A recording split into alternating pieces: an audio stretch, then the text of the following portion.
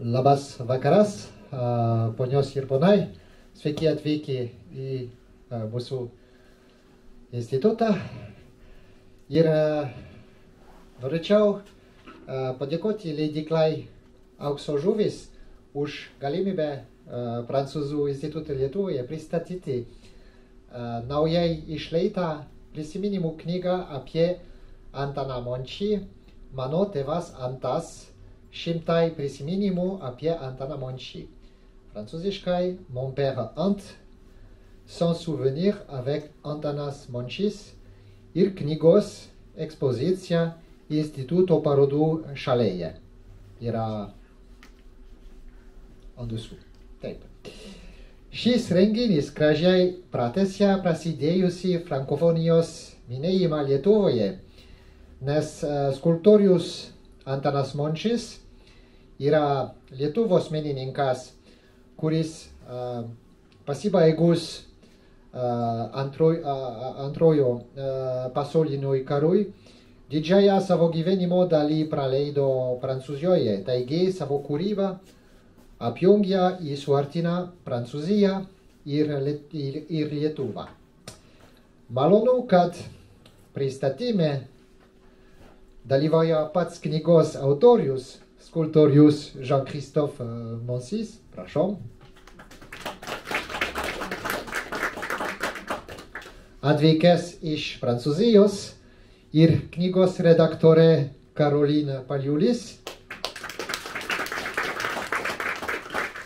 Su šiuo projekto kuratorė Dovilė Kedikaitė.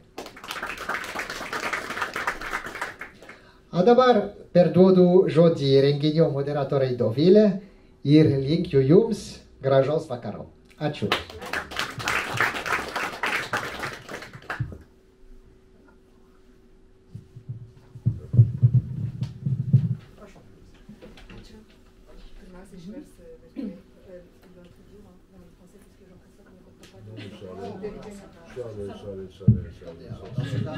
Je m'excuse, alors je vais parler en français pour monsieur Mončys quand même.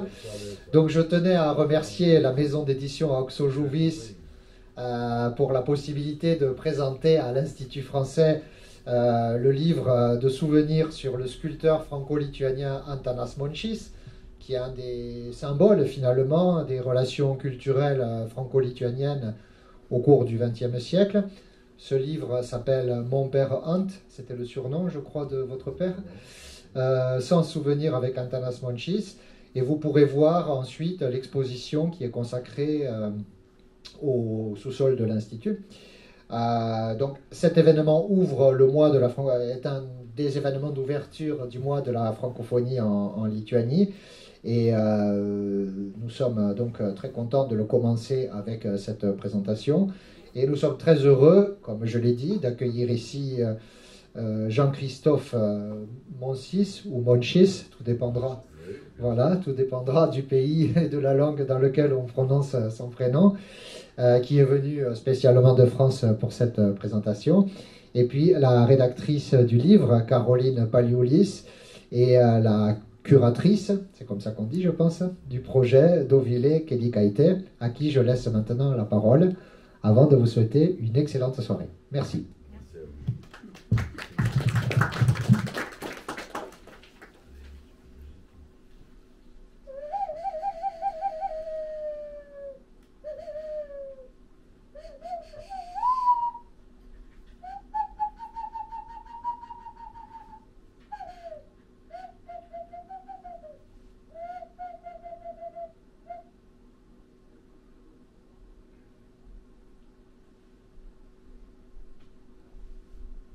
Un petit extrait offert par Monsieur Romano.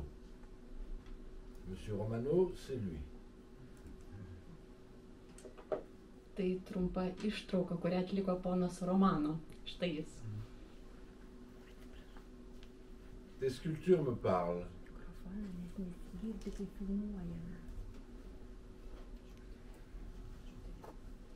Tes sculptures me parlent. L'absence et cruauté.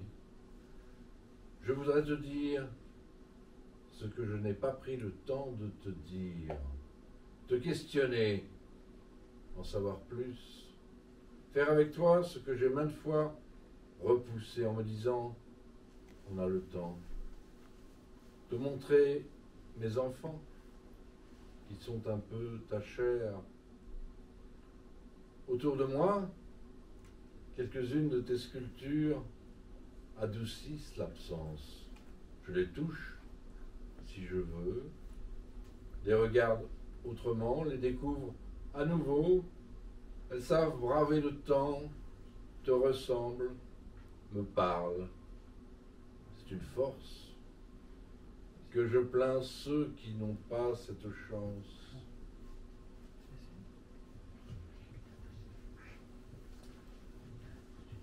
Nebūtis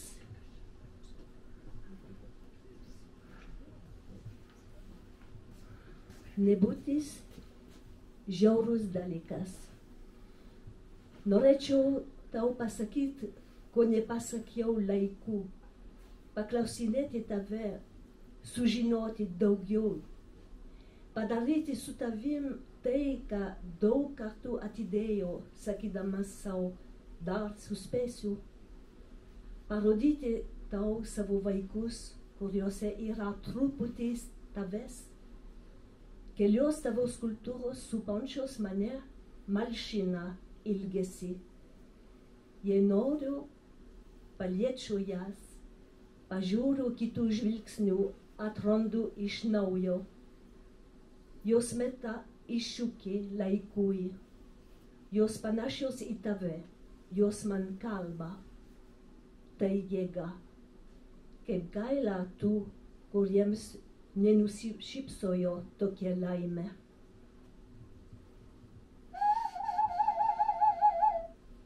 Monsieur Romano vous a dit bonjour. Et Monsieur Romano, c'est un personnage que j'interprétais au théâtre, un de mes premiers rôles. Et mon père m'avait fabriqué ce sifflet en argile, spécialement pour moi. Il me l'avait donné pour un de mes anniversaires. Voilà pourquoi je tiens particulièrement à Monsieur Romano et pourquoi je l'emmène avec moi en voyage. Taigi tai ponas Romano, jis pasisveikino su jumis. Tai personažas, mano pirmasis vaidmuo teatre. Ir tuomet tėvas man pagamino iš molio šią švilpynę ir padovanojo per vieną mano gimtadienį. Štai dėl ko aš jį tai branginu ir vežiojuosi kartu su savimi. Labai ačiū. Ačiū ponui Thomas Buffon už tokią puikią įžangą. Taigi, džiaugiuosi jūs visus šį vakarą matydama, nors proga yra tikrai labai rimta ir gal tik kontekstas nelabai džiaugsmingas. Bet dviguba šventė, net jeigu ir žodį šventė sakyti, gal nesiverčia liežuvis taip, kaip norėtųsi ją švęsti, bet šį vakarą prieš jūs yra dvi knygos. Mes iki pačios paskutinės akimirkos nežinojome, ar turėsime jas dvi. Tai yra knyga prancūzų ir lietuvių kalbomis. Ir... Merci à Monsieur Buffon, le directeur de l'Institut français, pour son introduction. Et aujourd'hui, c'est une occasion vraiment très spéciale, malgré les conditions très tristes. Mais aujourd'hui, nous fêtons la double fête. L'apparition de 2 livres, la publication de 2 livres que vous voyez sur la table, le livre en lituanien et en français. Jusqu'à la dernière minute, on n'était pas sûr qu'on aura les 2 exemplaires. La version française. La lituanienne et la version française, oui. Taigi, man be galo malonu, man pasikartosiu, bet labai noriu pristatyti Jean-Christophe Mončį, aktorių ir režisierių Antano Mončio sūnų, skulptoriaus Antano Mončio sūnų, kuris specialiai atvyko iš Paryžiaus, kad pristatytų šią knygą jums ir susitiktų su jumis pirmaisiais jos skaitytojais. J'ai le plaisir de vous présenter encore une fois M. Jean-Christophe Mončys, acteur, metteur en scène, qui est le fils du sculpteur Antanas Mončys et qui est venu en Lituanie pour vous présenter le livre. Taigi, aš labai trumpai dar tik tai apie pačią knygą. Matau, kad su mūsų yra ir Sigutė Chlebinskaitė. Sigutė, ar tu esi? Tai Sigutė noriu padėkoti, nes tikrai knyga labai ypatinga ir taip jinai atrodo Sigutės dėka. Sigutė puikiai pavyko atspindėti knygos dvasią ir pagauti, tiesiog pagauti Antaną, perteikti jo filosofiją ir jo mintis. Ir knygoje yra tiek daug surprizų, kad ją reikia vartyti ir atrasti. Aš tikiuosi, kad šį vakarą mes dar pakalbėsime apie tas visas staigmenas, kurios yra sudėtos į knygą. Et aussi quelques mots sur le livre lui-même. Je vois que Madame Sigutė Chlebickaitė est parmi nous. Donc c'est grâce à elle que ce livre est tel qu'il est. Elle a su refléter l'esprit d'Antanas Mončys, sa philosophie, ses idées. Il y a beaucoup de surprises à l'intérieur de ce livre. Il faut le feuilleter pour les retrouver. Je pense que ce soir, on va retrouver quelques-uns. Knygą iš prancūzų kalbos į lietuvių kalbą vertė Diana Bučiūtė. Ir dar viena staigmena mūsų laukianti ir taip pat visų skaitytojų, tai kad mes ją jau išvertėme ir į anglų kalbą, iš prancūzų kalbos į anglų. Knygą puikiai išvertė Rima Puniška ir jų knyga yra sumaketuota. Rima yra čia? Rima, puiku. Labai ačiū, kad atėjot. Donc le livre a été traduit du français vers le lituanien par Madame Diana Bučiūtė, traductrice, et aussi le livre a été traduit du français vers l'anglais par Madame Rima Puniška, que nous avons aussi parmi nous. Tai va, tai štai viena knyga, 3 kalbos. Pirmasis mano klausimas knygos autoriai, kaip yra, Žan-Kristofai, kad jūsų tėvas Antanas Mončys buvo lietuvis, o jūs knygą parašėte prancūziškai. Kodėl, kaip čia?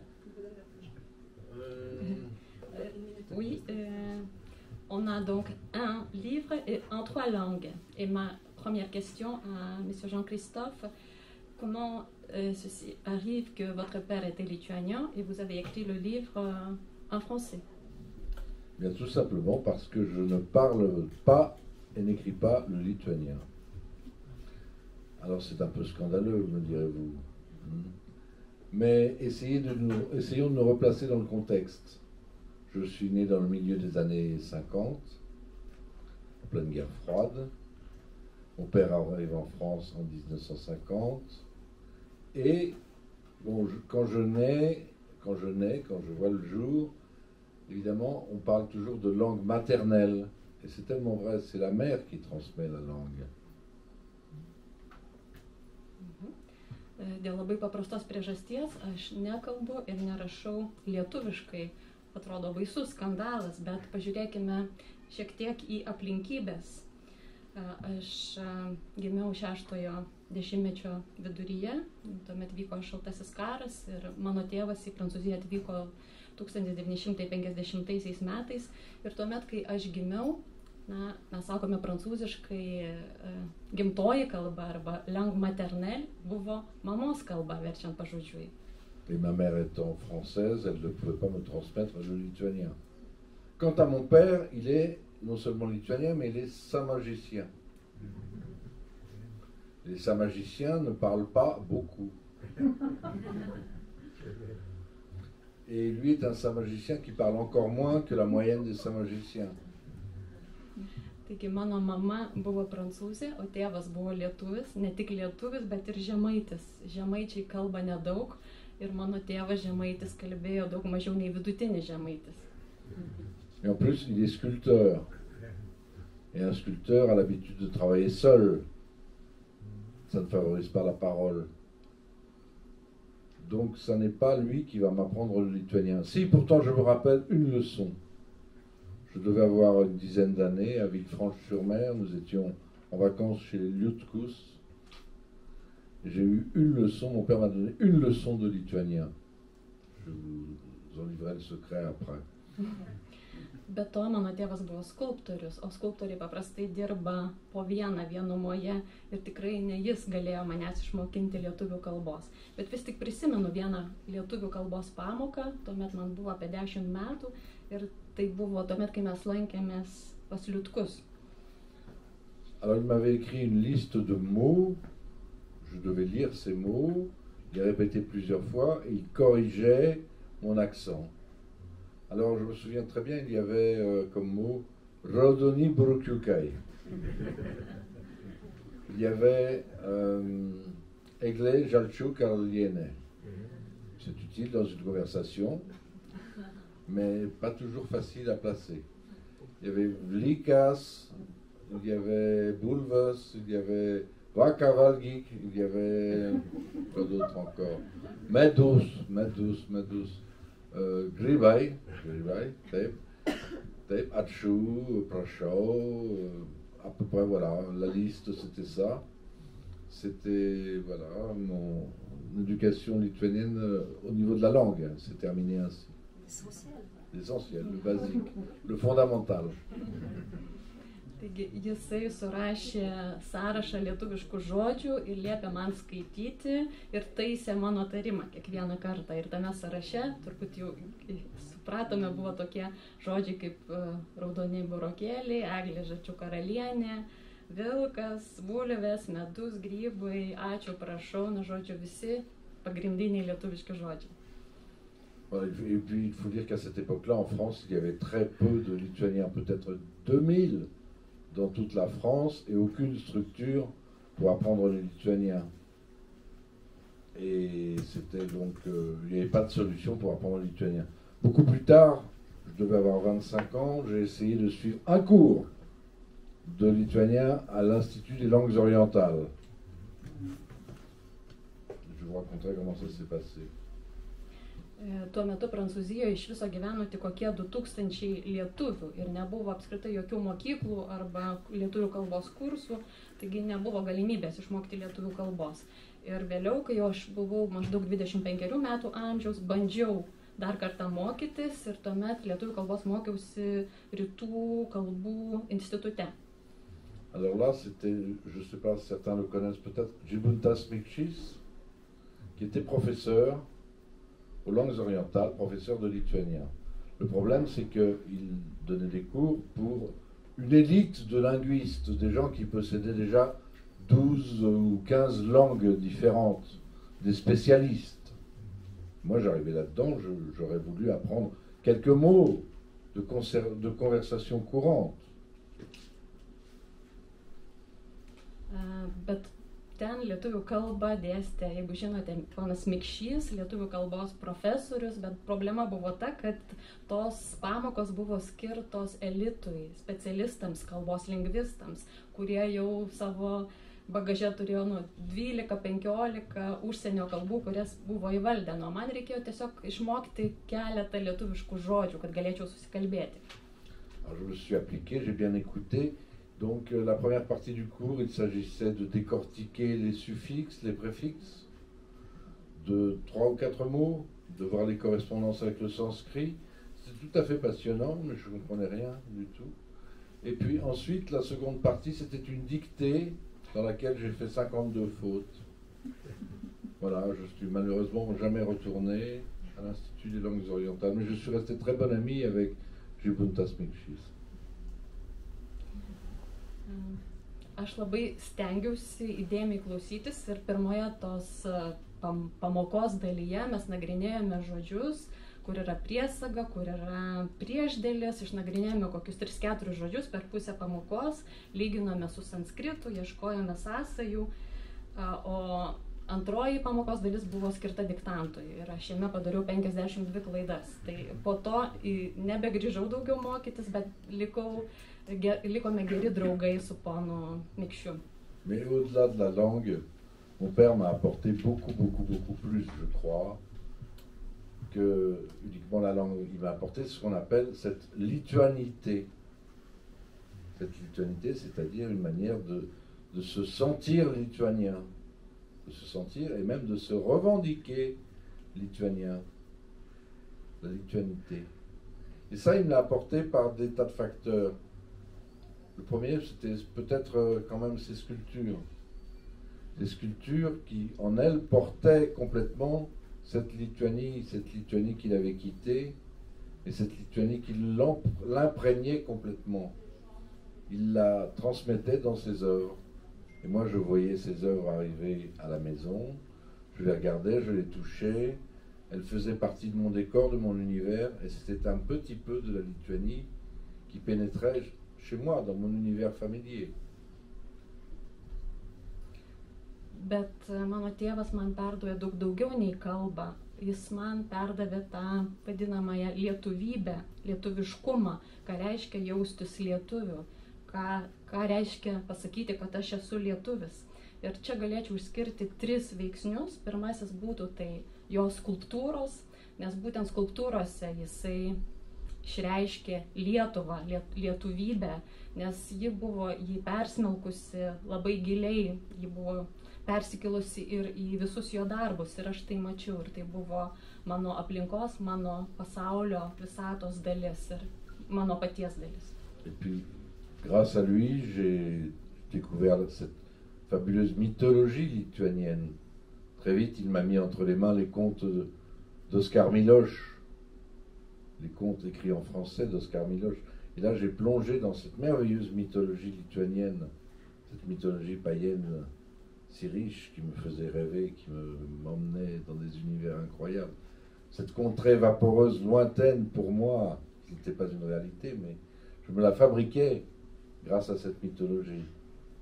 Puis il y avait les danses folkloriques lituaniennes. Mon père avait dirigé un groupe à Paris, et moi j'assistais aux répétitions tout petit, et je m'imprégnais de ces danses, de ces rythmes, de ces chants. Deux autres vecteurs qui m'ont permis d'avancer dans cette lituanité inconsciente, totalement. Ir savo tėvo dėka aš susipažinau su lietuvių mitais. Jis man davė Oskaro Milošo pasakas prancūzų kalba, kurias skaičiau su didžiausiu susidomėjimu, pasinėriau į jas, į tą pagonišką Lietuvos mitologiją ir įsivaizdavau tolimąją Lietuvą, kurios nebuvau matęs, bet kurią kūriau savyje. Taip pat buvo ir šokiai, dar vienas svarbus veiksnys, nes mano tėtis vadovavo šokių kolektyvui Paryžiuje, taigi aš dalyvaudavau kartu su juo repeticijose, girdėjau tą muziką, ritmą, na ir dainos, kurios taip pat mane labai stipriai paveikė, galima sakyti, man to nežinant. Et puis il y avait toutes les rencontres de la communauté lituanienne en France, hein, tous les gens que nous avons pu rencontrer, côtoyer, les peintres et sculpteurs bien sûr, enfin les autres, je crois que Caroline en parlera tout à l'heure. Et puis mon père m'a transmis beaucoup de cette lituanité à travers ce que j'appellerais une Žemaitis attitude, une manière de vivre, une manière d'être, Žemaitis attitude. Alors qu'est-ce que ça peut être cette Žemaitis attitude? Ça peut être se trouver dans un square, dans un parc, un petit parc à Paris, et s'il n'y a qu'un seul champignon, il saura le trouver, il saura le ramasser, il saura le préparer, nous saurons le manger ensuite. C'est un exemple de Žemaitis attitude. Ir žinoma, mūsų namuose lankėsi daugybė Prancūzijoje gyvenusių lietuvių, menininkų, tai dailininkų, skulptorių, Karolina vėliau apie tai dar papasakos. Na ir tėvui buvo būdinga ta žemaitiškas gyvenimo būdas, žemaitiška maniera gyventi, būti žemaitiškai būtent. Kaipgi tai pasireiškia? Vienas pavyzdys galėtų būti toks, kai jis nueidavo į kažkokį tai parką, miškelį, jeigu ten augdavo bent vienas grybas, tai jis būtinai jį susirasdavo, išsiraudavo ir parsinešęs namo paruošdavo kažką iš jo pavalgyti. Il y a d'autres exemples possibles avec la nourriture. Par exemple, il faisait des soupes d'orties. Pour ça, à pleine main, il ramassait des orties. Bon, pour s'amuser, il nous disait, allez-y, les enfants ou les amis, essayez de ramasser les orties. On avait très mal aux mains, bien sûr. Mais lui, avec ses grandes mains de sculpteur, ça ne faisait rien du tout. Aucun problème pour décortiquer les orties, pour préparer sa soupe d'orties, sans aucun problème. C'était aussi Žemaitis attitude. C'était pour promener comme si ça ne pesait rien, des pierres ou des bois qui pesaient 3 fois, 4 fois son poids. Parce qu'il domptait la matière, il savait les promener, les faire rouler. Ça semble aussi simple.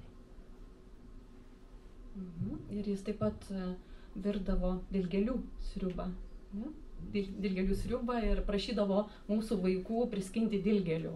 Tiesiog susidilgindama visas rankas, o jis ne, jo rankos buvo didelės, skulptoriaus rankos, tvirtos rankos ir atrodo nebijojo nieko, nei dilginimo. Ir matydavau, kaip jisai kilnoja akmenis arba rastus, kurie 3-4 kartus buvo sunkesni už jį patį. Ir tai buvo nuostabu, bet jis tiesiog labai gerai mokėjo juos ridenti, pakelti, žinojo, kaip tą daryti. C'est une manière de planter des os, de planter des os. Les os, en principe, ça ne pousse pas les os. Des os de cheval, des os de vache, des os de mouton, dans le jardin de ses amis. Les amis sont un peu étonnés, bien sûr. Puis 10 ans après, il revient, il récupère ses os, et ces os apparaissent dans des sculptures. Ça, c'est jamaïtis. Typique. Ir dar vienas tipiškas žemaičio poelgis būtų, kad jisai savo draugų soduose sodindavo kaulus. Tai paprastai kaulai neauga, bet jis sodindavo arklio, karvės ar kitų gyvūnų kaulus ir po 10 metų grįždavo, išsiraudavo tos kaulus, pasimdavo ir iš jų pagamindavo skulptūras. Voilà. J'aurais d'autres exemples, bien sûr, mais ça vous donne un peu une idée d'un type d'environnement que j'ai pu avoir avec une mère très, très française et un père très lituanien, profondément lituanien, qui n'a jamais renié ses racines, qu'il a toujours été profondément jusqu'à la fin. Il n'a jamais pris la nationalité française, par exemple. Il a gardé un passeport d'apatride. Il n'avait plus de passeport, il avait le passeport d'apatride, sans nationalité, où il était bien marqué autorisé pour tout pays, sauf USSR, Union soviétique. Taigi įsivaizduojate, kokioje aplinkoje aš augau. Mama tipiška prancūzė, tėtis tipiškas lietuvis, žemaitis, kuris niekuomet neneigė savo pilietybės, savo tautybės. Jis niekuomet neturėjo prancūziško paso, turėjo vadinamąjį asmens be pilietybės apatrido pasą, kuris jam leido keliauti į visas šalis išskyrus Sovietų sąjungą. Tai aš turiu vieną klausimą, Jean-Christophe. O kaip jūs savyje jaučiatės? Lietuvių, žemaičių ar prancūzų? Et vous, Jean-Christophe, qui êtes-vous français, lituanien, samogicien? Comment vous vous sentez à votre Je suis un terrible schizophrène. Donc, je me sens, ça dépend où je suis. Quelquefois, je me sens en France très très lituanien, très jamaïtis. En Lituanie, je me sens très français. Je crois que ça n'a pas beaucoup d'importance. C'est un mélange, un cocktail, et j'en suis content, j'en suis fier. Je le revendique. Tout petit, je le revendiquais à l'école. Mon nom, Monchis Montsevicius, Jean-Christophe. Bon, le temps que le professeur articule bien ça, prononce bien ça, c'est terrible. Il me donnait du Monsi, Mossé, non, Monchis. Ah, bon, trop compliqué parce que l'accent n'existe pas, le hatchek n'existe pas en français. Alors, bon, impossible. Ensuite, on se moquait de moi facilement. Ça vient d'où ce nom? Quelle origine? Lituanien. Ah bon, italien? Non, lituanien. Qu'est-ce que c'est que ça? Ça existe? Oui, ça existe. Ça existe. Et comment que ça existe? C'est un petit pays, certes, mais vaillant, à côté de la mer Baltique, occupé par les soviétiques. C'est un pays qui, au Moyen-Âge, était très grand, qui allait de la mer Baltique à la mer Noire. Alors là, en général, le professeur me disait, ça suffit, mon petit, asseyez-vous. Merci. Aš iš tikrųjų esu tokia šizofreniška asmenybė ir mano pilietybė keičiasi priklausomai nuo vietos, kurioje esu. Prancūzijoje jaučiuosi labiau lietuvis arba žemaitis, Lietuvoje labiau prancūzas, bet tai yra visiškai nesvarbu. Aš manau, kad aš esu tam tikras mišinys, kokteilis tautybių ir tuo labai didžiuojuosi ir džiaugiuosi.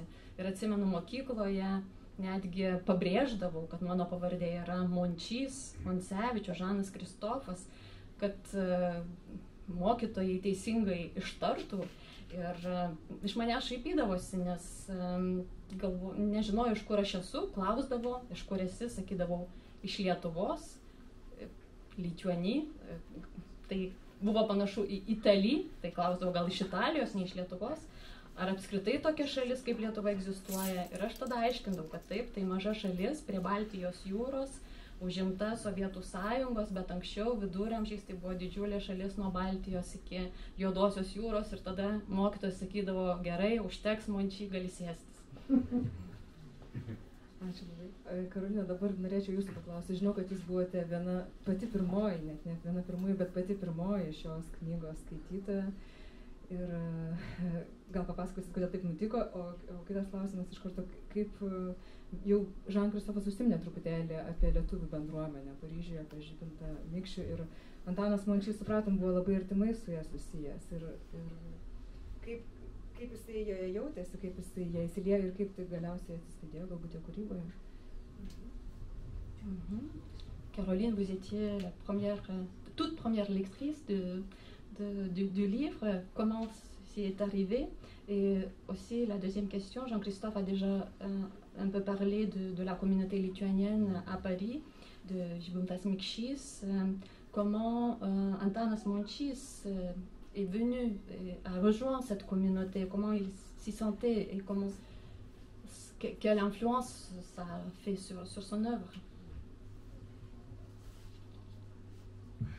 Alors, je pense que nous sommes nés tous les deux avec la communauté lituanienne en France. Et vraiment, c'est cette communauté lituanienne avec à sa tête le Kunigas Petrošius, bien qu'il était prélat, en fait, Monseigneur Petrošius, mais il ne voulait pas qu'on l'appelle comme ça. Et il était celui qui nous réunissait tous, et il y avait des gens très très différents dans la communauté. Iš tikrųjų ir aš, ir Žanas Kristofas, mes gimėme toje kartu su ta lietuvių bendruomenė, kuri tuo metu buvo Prancūzijoje. Ir jai tarsi vadovavo kunigas Petrošius, jis iš tikrųjų buvo prelatas, monsinjoras, bet nenorėjo, kad mes jį taip vadintume. Ir jis vienijo visus lietuvius, kurie buvo iš tikrųjų labai skirtingi. Il y avait des diplomates, bien sûr, Eduardas Turauskas, Stasys Bačkis, paskui Petras Klimas Junioras, Lozoraitis, qui arrivait d'Italie souvent pour les fêtes de l'indépendance du 16 février. Et nous réunissions très fréquemment, chaque dimanche, et vraiment une fois par mois. Et nous avions un coup de téléphone de Kunigas Petrošius qui nous demandait de venir. Et il était vraiment un pêcheur de Lituaniens. Il trouvait tous les Lituaniens possibles, les enfants mixtes, des familles mixtes, et il leur disait: tu es lituanien, tu es lituanienne, n'oublie pas et viens à la messe. Et au repas.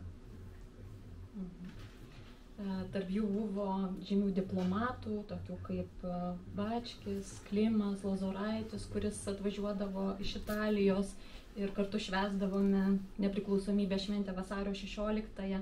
Paprastai susirinkdavome kartą per mėnesį, sekmadienį, ir kunigas Petrošius skambindavo visiems lietuviams ir kviesdavo juos ateiti. Jisai tarsi, sakytume, žvejojo tuos lietuvius, juos surasdavo visur ir kviesdavo prisijungti ir ateiti.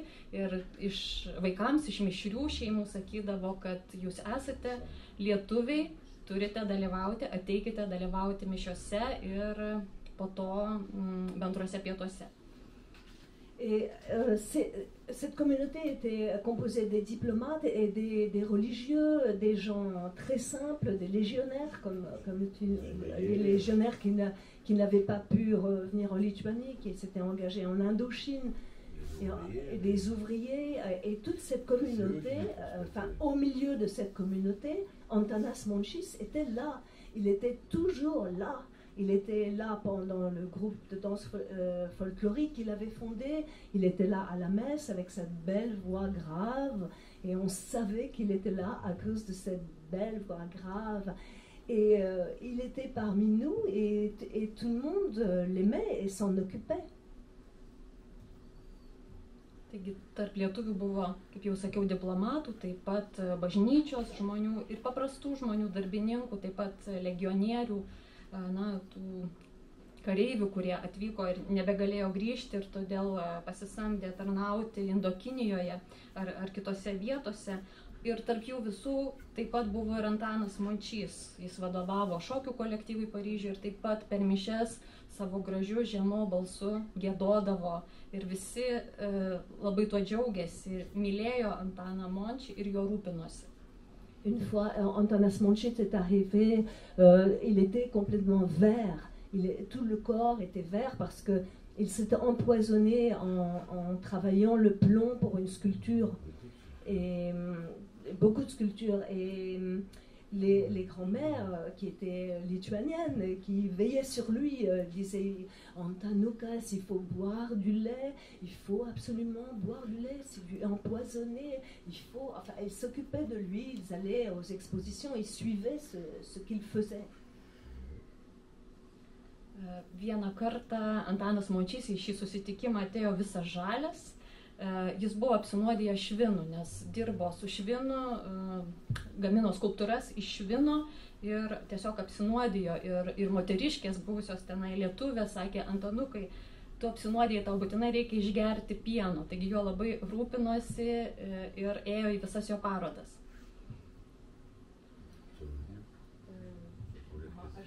Karolina jau paminėjo šviną, tai aš norėčiau paklausti, iš tikrųjų Antanas, jo kūrybos spektras buvo nepaprastai universalus ir jisai dirbo su įvairiausiamis medžiagomis, bet ar buvo kažkokia medžiaga, kurie artimiausia materija širdžiai? Caroline a déjà évoqué le plomb comme matériau de la sculpture. Antanas Mončys utilisait beaucoup de matériaux différents pour sa sculpture. Est-ce qu'il avait un matériel préféré? Oui, alors on peut peut-être parler de matériaux nobles, une manière de faire, de travailler noble. C'est la taille directe. La taille directe, c'est-à-dire qu'on enlève de la matière, on enlève de la pierre ou on enlève du bois au bloc, on retire. Alors qu'il y a une technique d'assemblage comme le modelage, tout simplement, où on peut corriger sans cesse. Il avait une prédilection quand même pour la taille directe en pierre et bois. Jis dirbo su tokiamis, pavadinkime, kilniomis medžiagomis, medžiu ir akmeniu, bet tas skulptūras kūrė ne iš atskirų medžiagos gabalų, bet iš viso medžio kamieno arba iš viso ištiso akmens. Je vais demander à Caroline comment... Ah oui, c'est ça, Caroline, comment c'est ça que tu es devenue la première actrice? Jean-Christophe Mess, Sam dabei Steni Draugay, enfin, bon, je sais plus, voilà. Nous sommes des vieux amis, donc des vieux amis depuis l'enfance. Nous avons joué des spectacles ensemble, nous avons essayé de montrer notre lituanité ensemble, en créant un spectacle au moment du Sajūdis sur Nijolė Sadūnaitė que nous avons joué en France. Tous les deux, Jean-Christophe jouait tous les interrogateurs du KGB et moi je jouais Nijolė Sadūnaitė et je me souviens que Jonas Jurašas était à Paris au moment des répétitions et puis il a ajouté quelque chose au spectacle. Il avait dit il faut que dans ce spectacle il y ait du feu. Et c'était une formidable idée parce qu'au début, il y avait une bougie qui a servi tout le temps, qui servait aussi pour brûler des photos de la Vierge Marie pendant les interrogatoires du KGB. Enfin, donc, c'est pour dire que nous sommes des vieux amis. Voilà. C'est pour ça que, oui, tu es devenue la première. Je continue. Iš tikrųjų, mes su Žanu Kristofu esame seni draugai nuo pat vaikystės, taip pat kartu vaidinome spektakliuose ir kartu rodėme tą savo lietuvybę, išgyvenome kartu lietuvybę ir štai kartu vaidinome spektaklį apie Nijolę Sadūnaitę. Žanas Kristofas vaidino tą blogietį, KGB tardytoją, O aš vaidinau Nijolę Sadūnaitę ir vienoje iš repeticijų taip pat lankėsi ir Jonas Jurašas ir jis mums davė labai gerą patarimą, kad reikėtų panaudoti šiek tiek ugnies spektaklį ir tai buvo tikrai puikia idėja. Mes panaudojame žvakę, su kuria buvo deginamos per tardymus Šventosios mergelės Marijos nuotraukos. Donc on s'écrit toujours et un jour il m'a dit à cause du Covid j'ai un peu de temps et regarde j'ai commencé à écrire un peu des souvenirs parce que maintenant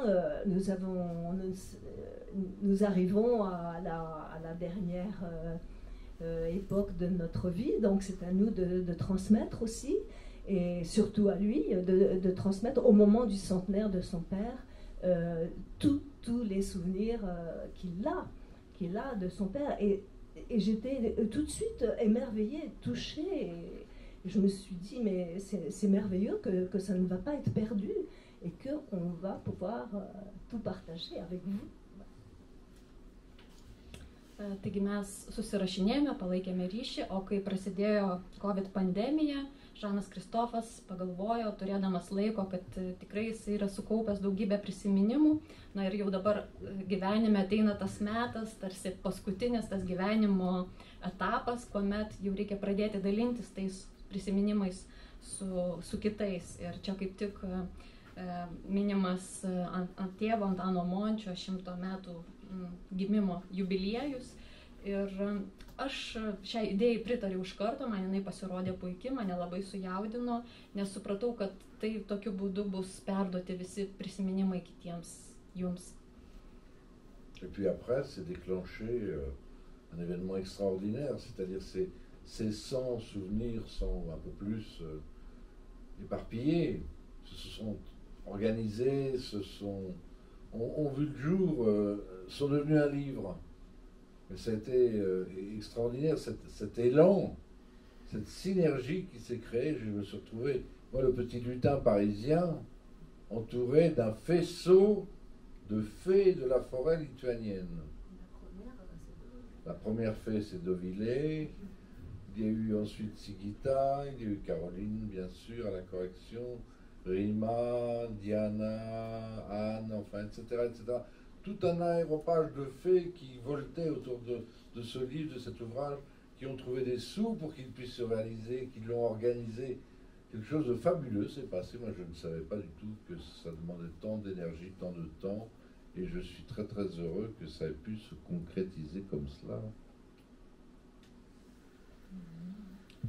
Na ir po to viskas prasidėjo ir tuos daugybę prisiminimų, 100 prisiminimų, kurie buvo įsibarstę po visur, reikėjo surinkti į vieną vietą, į vieną knygą. Na, ir iš tikrųjų tas darbas vyko labai, labai sklandžiai, su didžiulė energija, puikiai bendradarbiaujant ir aplink man dirbant sukosi tarsi tos Lietuvos miškų fėjos, kurių buvo ne viena, tai ir Dovilė, ir Sigita, ir Karolina, ir An, ir daug kitų.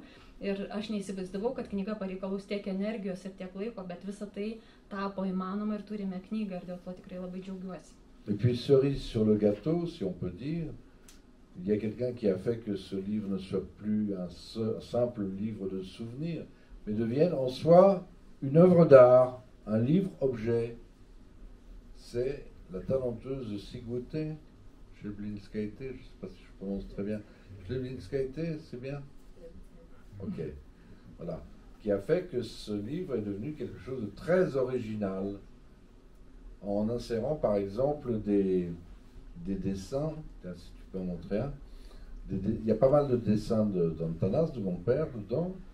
Alors certains sont en pleine page, mais d'autres apparaissent sur le support, la reproduction du support d'origine, parce que mon père utilisait des supports qui étaient des morceaux de carton.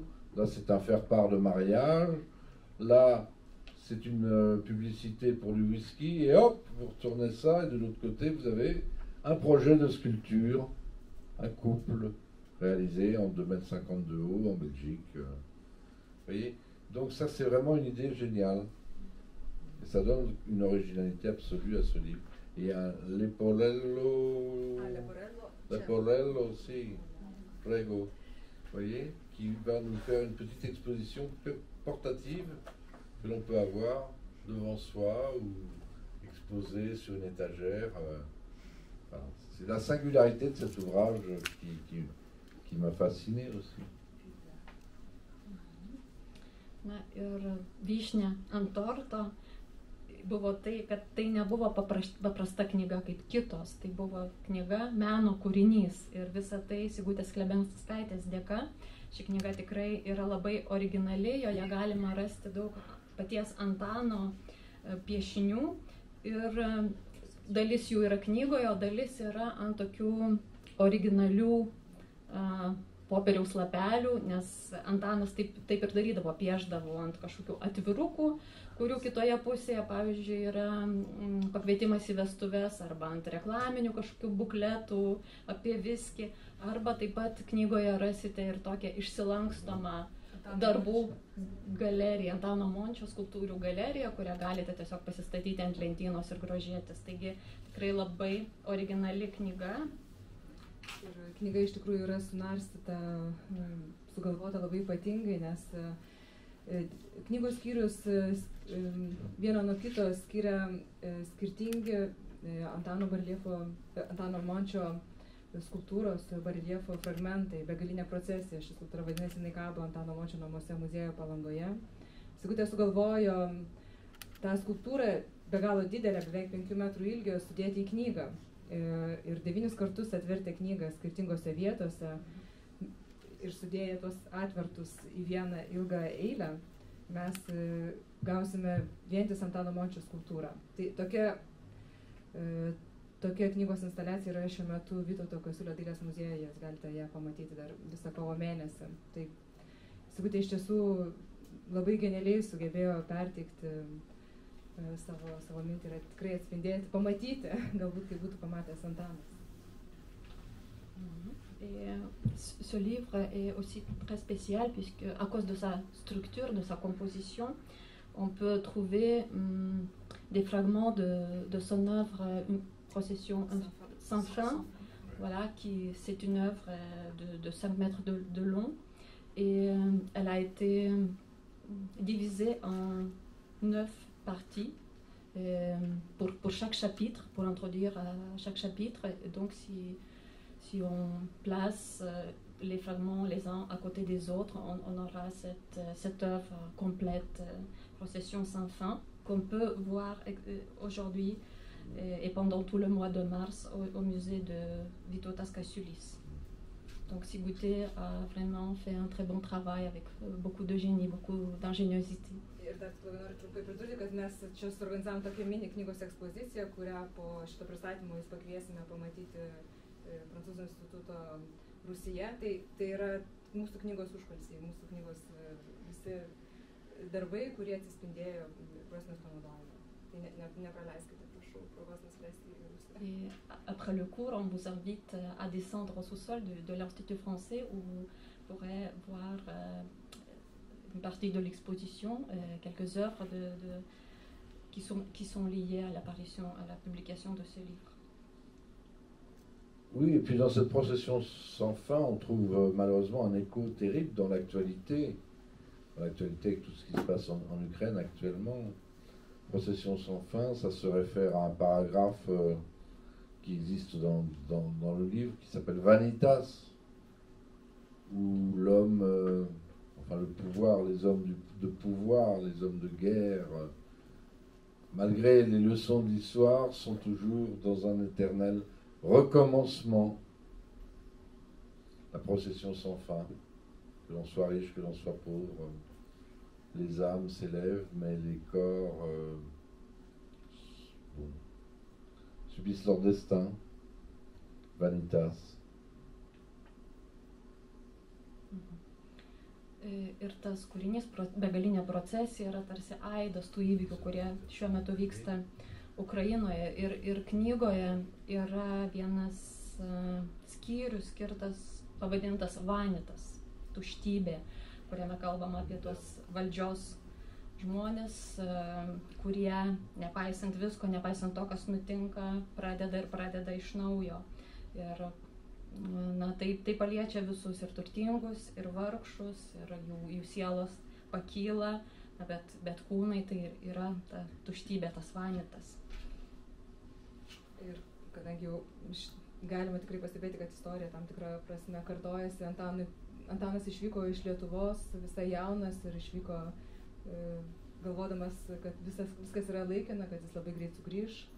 Negalėjau įsivaizduoti, kad tam grįžimui prireiks 47 metų. Ir aš norėčiau, kad jūs, Žan-Kristofai, prisimintumėt, koks buvo tas grįžimas ir kas labiausiai įsiminė, nes jūs grįžote kartu 89 metais į Lietuvą.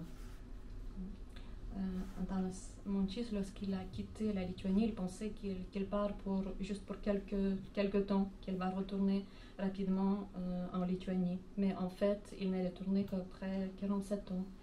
Et comment ça s'est passé? Parce que je sais que vous étiez ensemble avec lui lors de son retour à Lituanie. Comment ça s'est passé?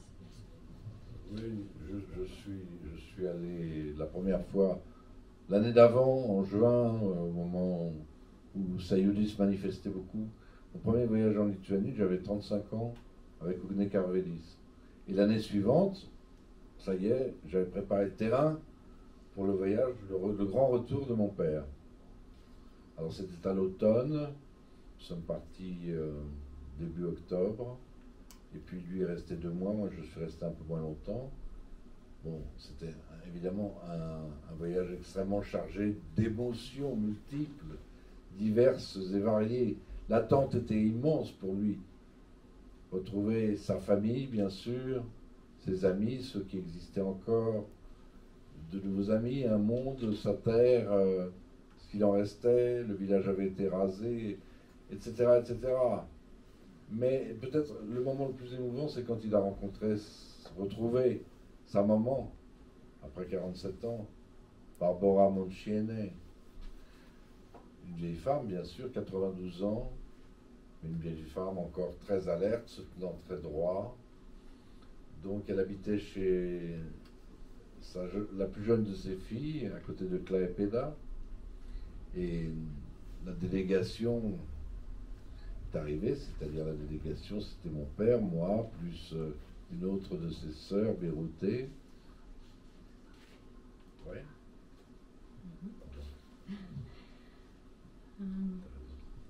Taip, kai aš pirmą kartą vykau į Lietuvą, man buvo 35 metai, tuomet vykau su Ugne Karvelis, na ir po metų jau vykome kartu su tėvu. Buvo spalio pradžia ir buvo suplanuota, kad tėvas pasiliks 2 mėnesiams. Na ir žinom, ir ta kelionė buvo tikrai labai emocinga, labai jautri ir tų emocijų buvo pačių įvairiausių. Tėvas norėjo, žinoma, laukė tos kelionės, nes norėjo susitikti su savo šeima, su savo draugais, vėl grįžti į savo žemę, į savo kaimelį, kuris dėja jau buvo sunaikintas, jis neišliko, bet turbūt pati jautriausia akimirka buvo jo susitikimas su mama po 47 metų nesimatymo. Na, ir jo mamai, Barborai Mončieniai, tuo metu buvo 92 metai, bet ji buvo gana tvirta, tiesi moteris ir gyveno pas savo jauniausią dukrą netoli Klaipėdos. Na ir mes atvykome, mūsų delegacija, aš, tėvas ir jo sesuo Birutė. Alors nous arrivons, nous frappons à la porte, la jeune sœur de mon père ouvre la porte, une Cetraine bien sûr, et puis sort la petite maman, petite par la taille, hein, bien sûr, un peu tassée, un peu ratatinée. Moi je l'avais déjà vue l'année dernière, puis elle regarde son fils qui lui, de nervosité, avait attrapé une cigarette, une gauloise, et fumait. Il était nerveux, il avait le trac. Kai mes pasibeldėm į duris, mums atidarė ta jauniausioji sesuo, na ir pasirodė ir mama. Aš ją buvau matęs prieš metus, o tėvui tai buvo pirmas kartas ir jis iš to streso, iš tų nervų rūkė cigaretę. Et puis elle le regarde son fils qu'elle n'a pas vu depuis 47 ans, qui avait 24 ans quand il est parti, là il en a 60, il est près de 70 ans. Elle le regarde, il la regarde, il s'aperçoit qu'elle est là, elle regarde. Ils se regardent, ils disent rien. Et puis elle lui dit mais tu fumes toi maintenant? Alors vite, il éteint sa cigarette, rapidement, il la pose sur le sol. Puis bon, ils s'étreignent quand même, ils s'embrassent. Et 5 minutes après, je les retrouve, après avoir salué tout le monde, ils sont l'un à côté de l'autre, joue contre joue, en train de chanter des berceuses de l'enfance. Je lis un Kukavo, je lis un Kukavo, ou quelque chose comme ça. Il y en avait d'autres, hein, ils en connaissaient plein. Voilà, c'est le moyen de communication qu'ils avaient réussi à exprimer à ce moment-là, le mieux.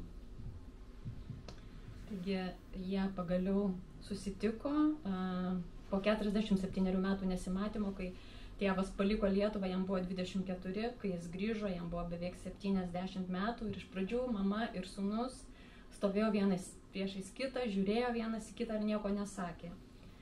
Na, bet po 5 minučių ir tada mama pamatė tėvą rūkantį ir sako, Antanai, tai tu dabar rūkai? Jis pasimetė, užgesino cigaretę, sutripė ir po 5 minučių jie jau sėdėjo vienas šalia kito, apsikabinę, susiglaudę skruostais ir dainavo vaikystės lopšines. Ir vieną iš jų paniūniavau ir dar buvo ir kitų lopšinių, tai buvo jų bendravimo būdas, taip jie kalbėjosi. Iš tikrųjų, mes ir prieš porą valandų kalbėjome apie tai ir yra knygoje parašyta, kad Antano citata iš jo užrašų knygučių, kurios yra Palangoje saugomas, Antanas sako, aš nemoku gerai dainuoti, todėl savo dainoms išreikšti aš pasirinkau skulptūrą. Ir mes žinom, kad Antanas praleido daug laiko Vandėjoje, jūsų senelio dvare. Kodėl tas kraštas buvo toks svarbus Antanui? En effet, Antanas disait qu'il ne sait pas chanter et c'est pour cela qu'il fait des sculptures, parce que c'est une façon de chanter pour lui. Et il passait beaucoup de temps à Vendée, dans la maison de vos grands-parents. Pourquoi il a choisi la Vendée? Bien, la Vendée, c'est vrai que c'est un attachement familial du côté de ma mère. Ma mère est fille de sculpteur. Son père s'appelait Jean Martel, était lui-même le frère jumeau d'un autre sculpteur, Joël Martel. Et ils avaient une propriété assez grande familiale en Vendée. En Vendée, dans un milieu très rural, dans une Vendée encore archaïque, hein, dans les années 50, une Vendée rurale, paysanne, avec une grande proximité avec ces gens-là. Mon grand-père et mon grand-oncle animaient aussi un groupe de danse et de folklore, ils étaient très proches de ce folklore, de leurs racines vendéennes. Donc naturellement, mon père s'est senti à l'aise au milieu de ces gens, de ces paysans, qui lui rappelaient sa terre, la terre de sa famille, la terre de son père, qu'il avait malheureusement quitté. Et il pouvait là-bas s'adonner aux travaux des champs, notamment l'été, les moissons, les foins. Et s'était retrouvé une part de sa Lituanie, tout simplement. Puis là-bas, il y avait de la place pour créer, pour taper sur des morceaux de bois, pour aller dans une forge, travailler le métal, sans déranger personne, sans problème de poussière, et puis faire aussi du cheval sur les dunes avec son beau-père Jean Martel. Donc il trouvait des proximités avec les côtes de la mer Baltique aussi, avec son pays, avec sa Lituanie, avec la campagne.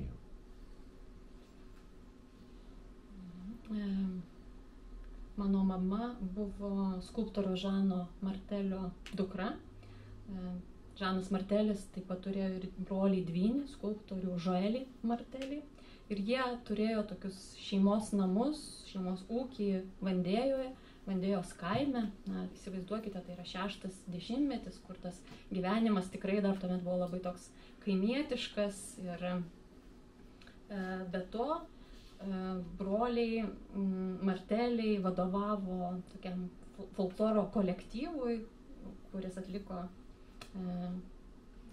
to regiono dainas, šokius ir tėvui tai labai patiko, nes jam tai priminė jo šalį, jo Žemaitiją, valstiečiai ten esantis, jų darbai, javapjūtė ir kiti dalykai priminė Lietuvą, priminė gimtinę ir jis norėjo būti to dalimi. Be to jis turėjo daug erdvės savo kūrybai, galėjo laisvai užsiimti skulptūrą, niekieno netrukdomas, nes buvo daug erdvės, nereikėjo baimintis dėl dulkių, kad kažkam tai trukdys, jis galėjo eiti dirbti su metalu į kalvę ir taip pat eidavo jodinėti su savo uošviu Žanu Marteliu ant jūros kranto ir tai jam taip pat priminė Lietuvą ir Baltijos jūrą. Et un exemple qui va exprimer cette relation particulièrement étroite qu'il avait avec ce milieu rural là-bas, c'était à son mariage, le mariage de mon père et de ma mère. Bon, j'étais pas né, j'étais pas né, mais j'en ai entendu beaucoup parler, c'est pour ça que je peux le raconter, je l'exprime aussi dans ce livre. Bien, chaque paysan, chantait, menait des grandes danses, des danses du pays, les gens buvaient, mangeaient, riaient beaucoup. Et mon père, tout d'un coup, est monté sur un tonneau et a commencé à chanter Buzgarai. Buzgarai. Ir dar noriu papasakoti šiek tiek atsiminimų iš to laikotarpio, būtent tuomet, kai vyko mano mamos ir tėčio vestuvės, aš jose aišku nedalyvavau, bet apie jas buvo daug pasakojama, tai aš tikrai esu išsaugęs daug prisiminimų ir juos rasite taip pat ir mano knygoje. Tai tose vestuvėse buvo susirinkę valstiečiai, šoko, dainavo, valgė, juokėsi, gerai leido laiką ir staiga mano tėvas užlipo ant statinės, ant bačkos ir ėmė dainuoti Bus gerai. Bus gerai, c'est la chanson du Pirchlis, la chanson du marieur qui va dans les familles pour organiser le mariage. C'est comme un wedding, comment on appelle ça, planeur maintenant, qui organise le mariage et qui explique que tout sert. Tout sert. La belle-mère a un long nez, ça va servir pour abriter je ne sais qui. Il a une longue langue, le Perchlis, bon c'est pas grave, ça servira à fouetter les cochons. Enfin, tout est utile pour organiser ce mariage. Donc c'est une chanson plutôt drôle, plutôt comique. Donc il a expliqué en quelques mots aux paysans de quoi il s'agissait et il chante Buzgarai. Le public se tait, écoute, et dans cette chanson il y a une condition, c'est de reprendre le refrain. Toute l'assemblée doit chanter Buzgarai, Buzgarai, Buzgarai, Buzgarai. D'accord? Et puis chaque refrain, entre les refrains et les couplets, voilà. Et tout le monde chantait, ces paysans qui ne connaissaient pas le lituanien, qui ne savaient pas où était la Lituanie, qui ne savaient pas qu'elle existait, chantaient Buzgarai, Buzgarai, Buzgarai. On va y aller là, attention. Advažiavo Pirchlis lelumai, su didelė nosia, bus gerai, bus gerai, bus gerai, bus gerai. Faut y aller, vous êtes timide. Vous êtes timide. Tai yra iš tikrųjų Piršlio daina arba šiuolaikiniais terminais vedybų planuotojo daina, tokia komiška, juokinga daina, kur ten dainuojama apie Piršlį. Ir mano tėvas paaiškino valstiečiams, apie ką ta daina, jie paklausė, leido jam dainuoti ir jisai paaiškino, kad priedainį turi dainuoti visi susirinkusieji svečiai, o priedainis ir yra bus gerai, bus gerai. Taigi ir valstiečiai visi puikiausiai dainavo tą priedainį, net nežinodami, kas ta Lietuva, kur jinai yra, ar iš viso tokia šalis egzistuoja. Pour dire que c'est une chanson fétiche, Buzgarai, qui l'a accompagné longtemps, les gens lui demandaient chante Buzgarai, chante Buzgarai. Et après on m'a demandé moi aussi de chanter Buzgarai. Je me suis retrouvé dans un endroit complètement improbable, au fin fond du Brésil, en train de chanter Buzgarai, Buzgarai. Et quelquefois aussi, oui, c'est ça, à Paris, en Saint-Germain-des-Prés, enfin dans des situations incroyables. Bouzguelay est un peu quelque chose d'emblématique. C'est pour ça que je porte Bouzguelay dans le dos. Oui. Tai ši daina tapo tam tikrų fetišų, kuris lydėjo mano tėvą visą jo gyvenimą, o po to mane. Ir tikrai man teko šią dainą dainuoti tokiuose neįtikinamiausiose vietose, kažkur tolimoje Brazilijoje arba Paryžiuje, Saint-Germain-des-Prés. Ir tai tapo tikrai tuo mano gyvenimo šūkiu, kurį netgi užsirašiau ant savo bliuzono ant nugaros. Iš tikrųjų, bus gerai skamba, labai kažkaip viltingai norisi to tikėti. Ouais, c'est une sorte d'espoir pour nous tous, tout va se passer bien.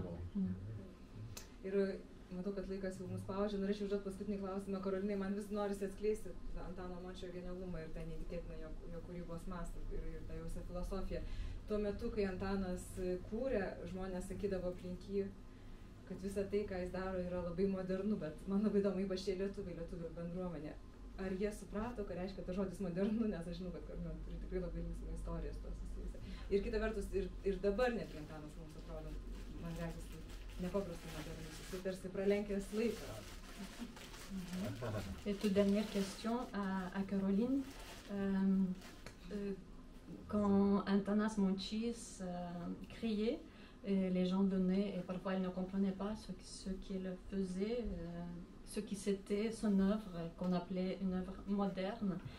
Je sais que vous avez une anecdote sur ça. Oui, c'est-à-dire j'étais très petite quand j'entendais les gens, enfin je les voyais et je les entendais, les gens de la communauté lituanienne, devant les œuvres d'Antanas, être un petit peu décontenancés. Enfin, c'est des formes extraordinairement nouvelles. Et j'entendais qu'il disait Antanas, c'est moderne. Et moi, je ne comprenais pas qu'est-ce que ça peut vouloir dire moderne. Enfin, ils disent ça, moderne. Et nous, notre famille vivait dans un appartement vraiment meublé, comme des émigrés, on était pauvres, et on avait des vieux meubles, des vieux rideaux, des trucs cassés qui n'étaient pas réparés. Et un jour, mon père a ramené de chez Antanas des assiettes. Et des assiettes, il n'y en avait pas une pareille, c'était des assiettes en céramique, il en reste une. Et donc on les sortait que pour les fêtes. On les sortait que pour les fêtes. Voilà un exemple. Voilà une assiette. Et donc je me demandais, chacune était merveilleusement, belle, différente. Enfin, vous voyez, c'est complètement. Et donc, moi, il y en avait une que je préférais. Quelquefois, je l'avais. C'était une noire avec des points jaunes, citron et vert, et sur fond noir brillant. C'était comme un vaisseau cosmique. Et c'est là que je me suis dit, ah voilà, c'est ça moderne. Aš prisimenu, kai buvau dar visai vaikas, tai matydavau lietuvius, girdėdavau, ką jie kalbėdavo, pamatę Mončio kūrinius, nes tai buvo visiškai naujos, jiems nematytos formos. Ir sakydavo jie, kad Antanas Mončys tai kažkas modernaus, tai modernu. Ir aš tuomet nesupratau, ką tai reiškia, ką reiškia tas pasakymas, kad tai yra modernu. Nes mes iš tikrųjų gyvename tokiame, skurdžiai, sakykime, apstatytame bute su senais baldais, nutrintais, su senomis užuolaidomis, kur buvo daug kas sulaužyta, apgadinta. Ir kartą mano tėvas iš Antano Mončio parsinešė keletą keramikinių lėkščių. Štai čia turiu vieną iš jų. Kaip pavyzdį jums galiu parodyti, jos, aišku, visos buvo labai gražios, bet man labiausiai patiko lėkštė, kuri buvo ant juodo fono ryškiai geltoni taškai, kurie vaizdavo tarsi kosminį laivą. Na, ir aš žiūrėdama į tą lėkštę supratau, kad štai kas yra modernu. Tai šitą istoriją papasakota ir knygoje, ir ne tik šitą, yra ir dar daugiau istorijų, ir tikrai puikių labai atsiminimų. Manau, knyga jūs nukels į kitą laiką, į kitas vietas. Ir dabar yra knyga, norėčiau paklausti Jean-Christophe, yra knyga, yra paroda, kuri taip gražiai užbaigė šimtmetį, o kas toliau? Vous trouverez beaucoup d'histoires, celle-ci aussi dans le livre sur Antanas Mončys qui nous envoie dans une autre dimension, dans un autre endroit. Et ma dernière question à Jean-Christophe, nous avons le livre, il y a une exposition, et après, quoi après? Oui, je reviens juste une seconde sur le livre, qui est une sorte de promenade à travers le Paris des années 1950, 60, 70, une promenade dans l'espace, Paris, mais aussi la Vendée, mais aussi d'autres endroits en France, l'Allemagne, la Lituanie plus tard, promenade à travers le temps, à travers l'espace, comme une conversation jamais interrompue, comme une sorte de puzzle, où on trouve des fragments, des pièces qui peu à peu s'assemblent. Voilà, en gros, ça c'est pour résumer le livre, ce qu'il est. Bien sûr, un livre indispensable dans tous les foyers lituaniens, je précise. Je blague. Dar šiek tiek pabaigiant reziumuojant apie knygą, tai yra tarsi kelionė, pasivaikščiojimas per erdvę ir laiką. Pasivaikščiojimas 6, 7, 8 dešimtmečio Paryžiuje, taip pat Vandėjoje, Vokietijoje ir taip pat knyga nukelia ir į Lietuvą. Ir tai tarsi tokia dėlionė, kuri išbarstyta, bet kurią galime sudėlioti ir gauti bendrą vaizdą. Ir manau, kad ši knyga turi būti visų lietuvių namuose. Donc, ce que je veux dire, c'est une petite pierre dans toutes ces célébrations du centenaire de mon père, qui ont été très nombreuses, avec des choses très belles, comme cette merveilleuse exposition actuellement au musée Cassiulis, organisée par Victor Rastlutkus, qui est là, très très belle. Donc vous pouvez encore la voir jusqu'à fin du mois de mars, n'hésitez pas. Et puis un film documentaire de 70 minutes, je crois, fait par Linas Mikuta, qui va sortir justement. La première sera dans ce musée Cassiulis le 26 mars à 18h, je crois. Donc un film qui sera présenté sur des festivals.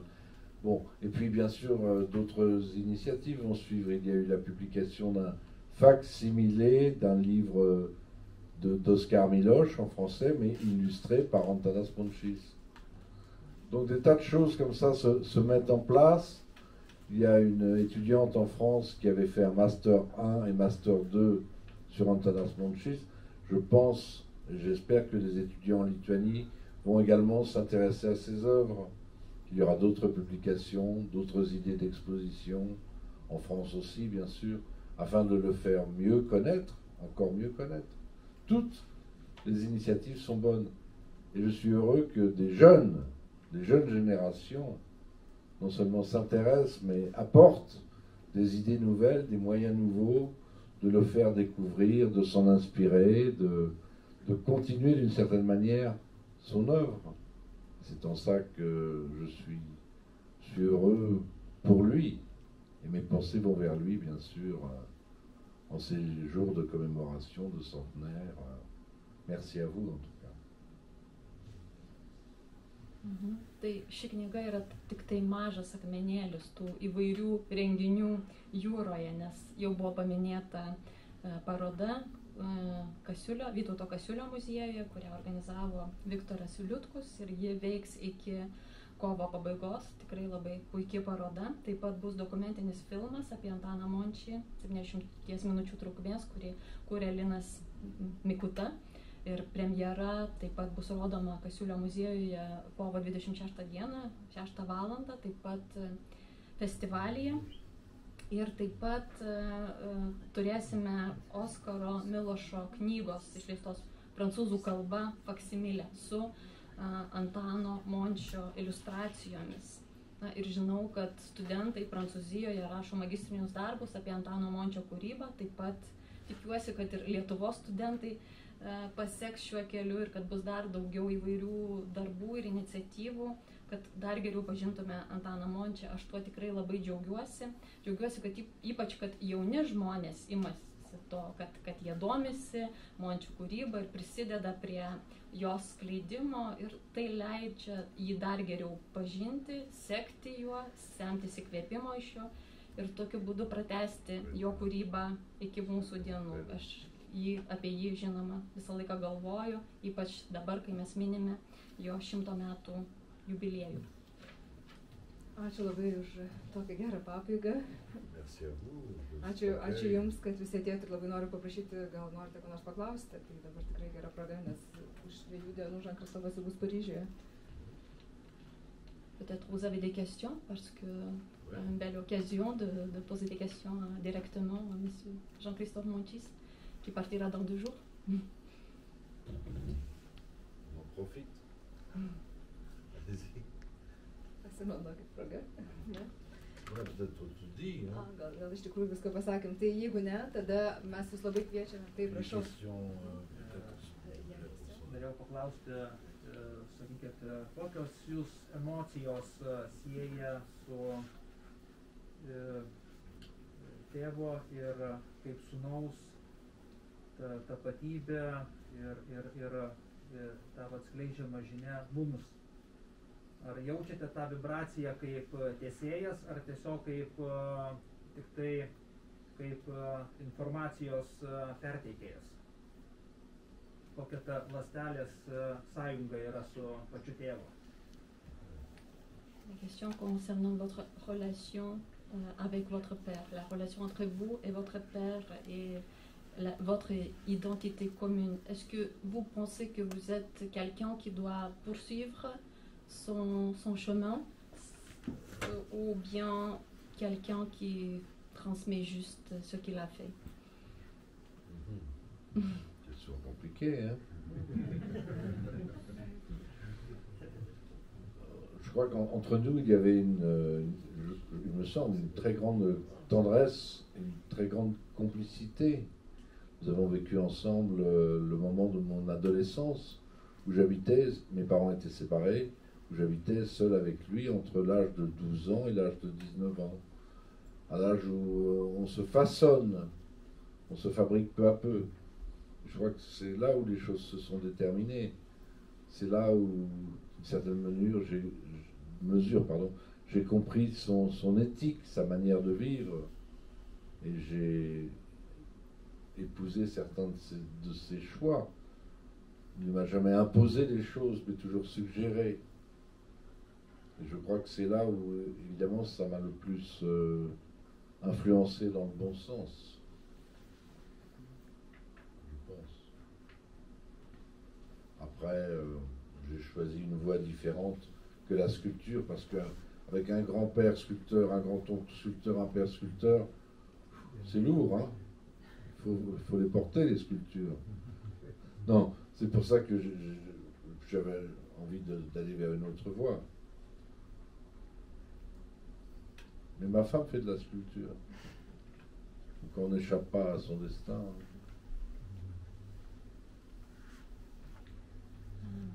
Iš tikrųjų, su tėčiu buvome labai artimi, buvom tarsi tie bendrininkai, nes aš, būdamas paauglys, su juo gyvenau. Mes gyvenome dviese, aš ir jis. Maždaug nuo tada, kai man suėjo 12 metų iki 19 metų, nes tuo metu tėvai buvo išsiskyrę, taigi aš gyvenau su juo, būtent tuo metu, kai formavosi mano asmenybė, kai sprendėsi daug kas mano gyvenime ir tikrai perėmiau iš jo tą gyvenimo būdą, tam tikrus dalykus, jo etiką. Jis niekuomet man neprimesdavo savo gyvenimo būdo, tik siūlė, bet aš manau, kad jaučiau tą jo įtaką ir ta įtaka tikrai buvo geras dalykas. Na, aš skulptūros nepasirinkau, lygiai taip kaip jis, bet nes turėjau tėvą skulptorių, senelį, senelio brolį skulptorius, tai aš kažkaip nusprendžiau pasukti kitų kelių, bet nuo likimo, kaip sakoma, nepabėgsi, mano žmona yra skulptorė. Ačiū. Dar vienas, prašau. Si je me souviens bien, vous avez dit que vous n'avez pas demandé beaucoup de questions à votre père. Donc, c'est laquelle question le plus important que vous n'avez pas demandé? Jei gerai prisimenu, tai nes sakėte, kad daug ko nesate paklausę savo tėvą. Tai jeigu dabar prisimintumėte, kokie būtų tie klausimai, kuriuos labiausiai norėtumėte jam užduoti. Mon père en France a vécu longtemps avec le poids de l'exil sur le dos, le poids de l'abandon de sa famille, de son pays, d'être coupé. Et parlant peu par nature, ça le renfermait un peu plus. Il n'en parlait pas, il n'avait pas envie d'en parler, il n'avait pas envie d'évoquer ces choses-là. Et à la fin de sa vie, il commençait on sentait, à vouloir parler de ces choses-là. La Lituanie devenant indépendante à nouveau, c'était comme une renaissance pour lui, comme s'il il retrouvait la parole, il retrouvait les souvenirs, il retrouvait l'envie d'en parler. Alors il n'y a pas une question en particulier, je ne crois pas que je lui aurais posé, pas une seule, c'était plusieurs, plutôt des détails sur, je sais pas, l'ameublement chez lui, comment c'était, des choses très basiques, très simples, très élémentaires, il me semble. Mano tėvas gyveno su ta išeivijos našta, tremties našta, taip pat jisai jautė, kad žinojo, kad jisai paliko savo šeimą, savo šalį ir dėl to jis buvo užsidaręs, nenorėjo apie tai kalbėti ilgą laiką. Ir tik tuo met, kai jau Lietuvoje prasidėjo sąjūdis, Lietuvoje netrukus taps nepriklausoma, jis pradeda norėti apie tai kalbėti, tai jau savo gyvenimo pabaigoje. Ir grįžta jam tie prisiminimai ir noras juos papasakoti. Na, aš kažkokių konkrečių klausimų neprisimenu, kurių būčiau norėjęs jam užduoti, bet mane domino labai paprasti, elementarūs dalykai, tokios detalės, kaip jisai gyveno, kokie baldai stovėjo kambaryje ir panašiai. Et puis une chose importante qu'il m'a appris, plus que dans l'art de la parole, que j'ai manipulé par la suite en enseignant moi-même le théâtre, tout ça, mais ce qu'il m'a appris, c'était à regarder, l'importance du regard. Le regard sur les choses, le regard sur les gens, le regard avant le jugement. Bien souvent, on juge les gens sur leur apparence, et prendre son temps pour gagner du temps. C'est peut-être la chose essentielle qu'il m'aura appris, le regard.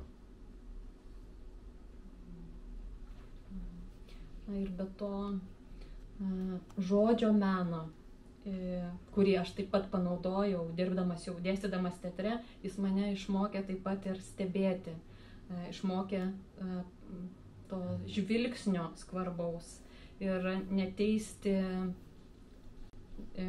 kitų žmonių iš anksto, nespręsti pagal išvaizdą, pagal pirmąjį įspūdį, o leisti savo ramiai žiūrėti. Taip, labai ačiū. Iš tikrųjų, mes šį vakarą labai daug prikalbėjom, gal net ir per daug, kaip Antanui, kuris buvo labai maža kalbis. Todėl kviečiam jūs dabar nusileisti į apačią ir apžiūrėti knygos meninės dalies ekspoziciją. Tiesiog pažiūrėti, pamatyti Antano akimis, kaip jisai viską dėliojo, matė ir kaip Sigutė jį pamatė, pajuto. O po to turim ir antrą kvietimą jums, tai kviečiam visus į Paryžiaus kavinę išgerti už tėvą Antą stiklą raudono vyno. Dovilė, gal kas norės įsigyti knygų? Taip, ir galima įsigyti knygų. Sigita knygų turi. Lietuvių kalba tai tikrai užteks, manau, visiems. Prancūzų kalba yra šiek tiek mažiau, nes nepaminėjom, bet knyga yra didelė dalimi padaryta rankomis. Tai visi šie priedai, tos įklijos, kurios yra įklijuotos, o kitos tiesiog skraido ir sudėtos būtent į tam tikrus puslapius. Tai va čia mes prieš Sigutę ypač ir prieš tai toks knygų ryšėjas Ferdinandas Saladžius viską darė savo rankomis. Už tai knygai vienai prireikia gal 20 minučių įgudus padaryti. Donc, je pense qu'on a dit beaucoup de choses, peut-être même trop de choses, sachant que Antanas Mončys n'aimait pas parler beaucoup. Mais je vous invite maintenant à descendre dans le sous-sol pour regarder l'exposition qui a été organisée grâce à Sigutė. Et ensuite, la troisième partie, c'est le Café de Paris. On vous invitera à lever le verre de vin rouge à la santé de Antas. Et puis, ceux qui veulent acheter le livre en lituanien ou en français, vous avez aussi cette possibilité. Il faut savoir que beaucoup de choses dans ce livre ont été faites manuellement, donc ça a pris pas mal de temps, 20 minutes par livre. C'est vraiment très original. On retrouve une démarche artisanale proche de l'esprit aussi d'Antanas. On n'est pas dans l'industrie, on est dans l'artisanat. Tai atspindi labai Antano filosofiją, kad tai nėra pramoninis gaminys, bet daug kas yra padaryta rankomis. Voilà. C'est beau, hein? Visi mes čia kaip amatininkai.